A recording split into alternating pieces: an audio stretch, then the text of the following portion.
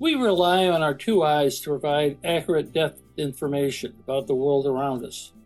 Closing one eye, we are left with what is called monocular vision.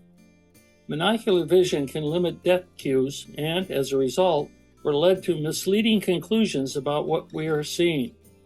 A camera that, in essence, views the world with one eye can produce some rather interesting interpretations of reality, as you will see. Perhaps our favorite illusion was this one. We went out into Diane's backyard and we held little stuffed animals that were the same but different sizes, and we wore ears that were the same but different sizes, and we stood at different distances. So from the camera's point of view, the ears and the bunnies appeared the same size, and your brain interprets the ears and the bunnies are the same size, but we are different sizes, which is kind of a remarkable forced perspective illusion. And after this, we went back into the house and worked with some of the amazing things from Chris's collection of optical illusions that depend upon the monocular vision. So Chris, tell us about this little device. Yeah, it's called an Ames room. Is this from Ames, Iowa? Not Ames, Iowa. It's not Ames, Iowa? No. Where is it from? Cognitive psychologist who designed this rather strange room. As you can see. Well, I think what it looks like, I got two windows that are exactly the same size, but I got two little pudgy penguins. I got a short one and I got a tall one. But Brian, I think it's a little different. Wait a minute, wait. Because when we bought those were the same size. And the tiles, they're normal, aren't they? The tiles, I mean, they look normal in the video for sure.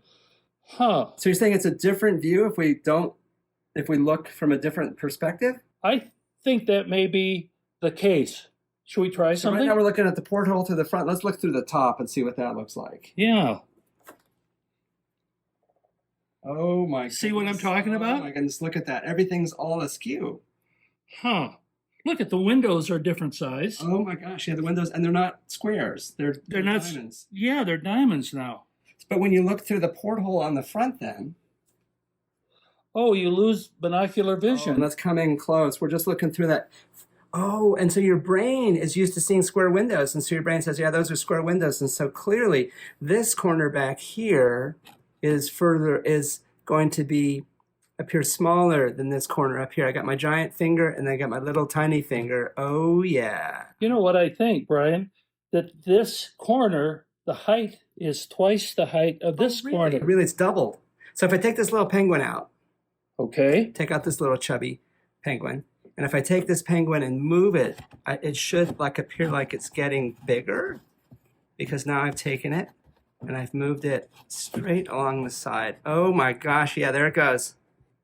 And now it's in a new perspective. But wait a minute. That didn't really change size, did it? No, but it looks like it did on the video.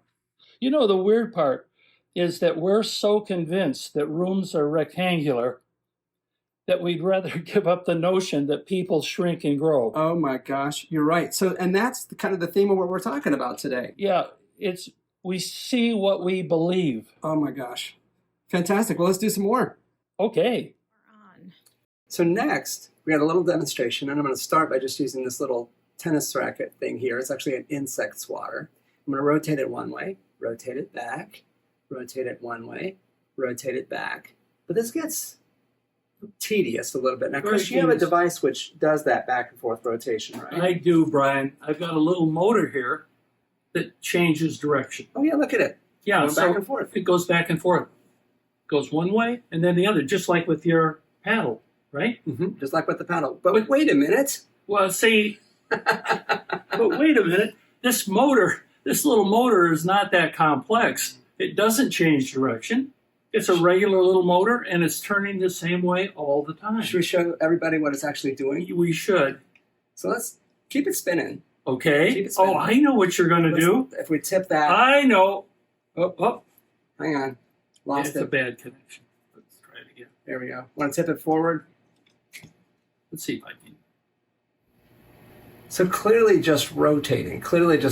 But then when you tip it backwards so that it's as you had it originally, and now your monocular vision kind of gives you kind of a false view of the situation. We know it's actually going in a circle, but there's another piece, there's another perceptual piece going on. You were explaining that to me before. It has to do with the size of the two sides of the window.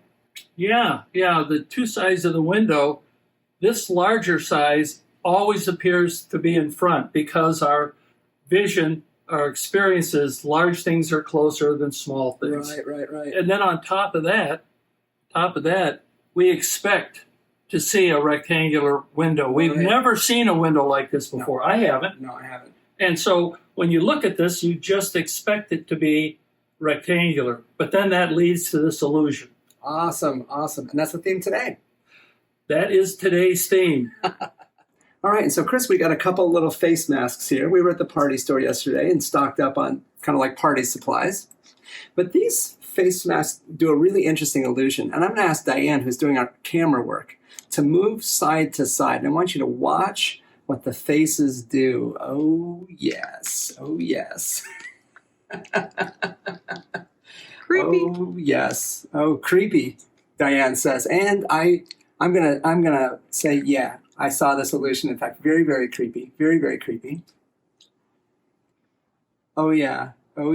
One more time, I think, just to get that effect. I don't know what's going on. Brian, why are you laughing? I'm just laughing maniacally just because. Now should we do a reveal and show the people? There's a difference between these two masks. If we both tip them forward, so let's go ahead and take these and tip them forward so people can see the difference between our two masks. Oh, yeah. And mine, you can see, mine is sticking out towards the camera, but yours, Look at that. it's sticking in. But Diane probably saw both faces as identical. Mm-hmm. Because you're not used to seeing faces that stick in. We're very used to seeing faces that stick out. So, Chris, We have never seen a face like this. I haven't. I haven't. I haven't. So, again, expectation plays a role. We expect to see a convex face, a face that comes out, and that's exactly what we see. And then the other thing is, you light this one from below. There's a little light bulb down there. That's important. Oh, yeah, to get that illusion. And mine gets lit from above. But there's another piece of the puzzle, too. Not only does the face look like it comes out, because of the way your brain processes the shadows, when the camera moves to the side... Shadows are key in this illusion. Absolutely. And when Diane moves to the side, it looks like this face is turning to face you. Oh, yeah.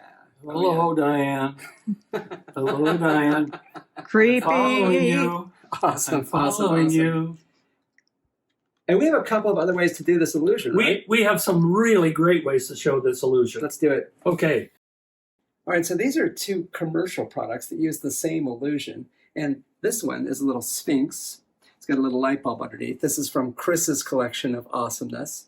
And if I take this and rotate it back and forth, you can see the movement of the head. I'm getting the same illusion because the head is going in. And Chris has got a little folded paper thing. Yeah, this is just paper, a little paper dragon or whatever.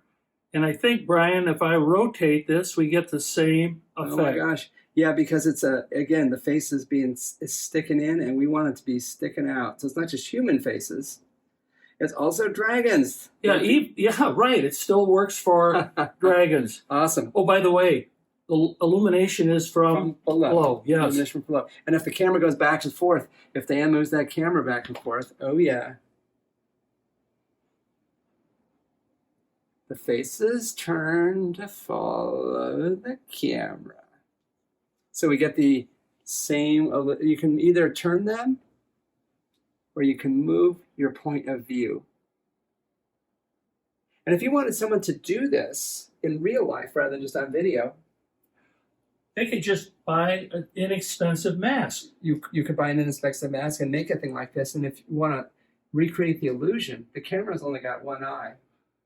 Now the camera's only got one eye and you have two, so certain illusions rely on that. But what the camera's eye can do is take images a lot more quicker than yours can. You have something called persistence of vision and the camera really doesn't. And so as a consequence, for things that happen very, very quickly, the camera is able to see things that you cannot. So let's take a look at that. So this is just a regular fluorescent light bulb, and inside here there's some mercury vapor. And then there's some phosphors on the inside of the glass that absorb some of the ultraviolet light being given off by the mercury vapor. And then they glow. And Chris, you've got a different kind of bulb. Well, in a way, it's like your tube without the phosphorus. Oh, no phosphorus, so it's just the mercury This vapor. is just a mercury tube. So this light that you're seeing is actually inside of that tube, Okay. but it's obscured by the phosphorus. And this is kind of bluish, Kind of bluish. whereas this has got a little bit of a yellow cast. Yes, it does. So if I wanted to take that light and I wanted to turn it into something that was closer to white, maybe with a little bit of a yellow cast, I want to add some red to it. Yeah, And I think that's what the phosphor is doing. I think so. We got too much blue here. Too much blue. And we can show that if we slow it down, and that's where the camera's eye. We're going to do a slow motion video and show the two light sources. And this light source over here that Chris has got, and if you look at it, you can see it's just on and then it's off, and it's on and then it's off, because our electricity is AC, and it's actually turning on and off 60 times a second. You know, Brian, you can see a little flicker at the filament, just a little bit. A little bit of a flicker. But I think with the camera, it'll make it a lot more apparent. Awesome. Oh, yeah. And then over here, we have a bulb that the mercury vapor inside is flickering on and off 60 times a second, but the phosphor keeps glowing. So we see light that is white, and then we see light that's a little bit reddish after that. And this is actually happening. This is really what the light bulbs are doing. This one's really flickering on and off, and this one is really shining white and then shining red. But we can't see it. So you're telling me that those different colors are appearing, It's really appearing. but they're not apparent to our not naked eye. our eyes. We can't see them, but the camera can. Oh, the camera will reveal it. The Okay. camera reveals it. Brian and I hope you've enjoyed our short program on visual illusions. And I want to say thanks to somebody who was behind the camera this time. Diane, join us, please. Oh, yes. Hi, Diane. Couldn't have done this. This was a technically sophisticated one for the camera person. She's So amazing. Thanks to Diane for making it all happen. Thanks, guys. Thanks to you for watching. Oh.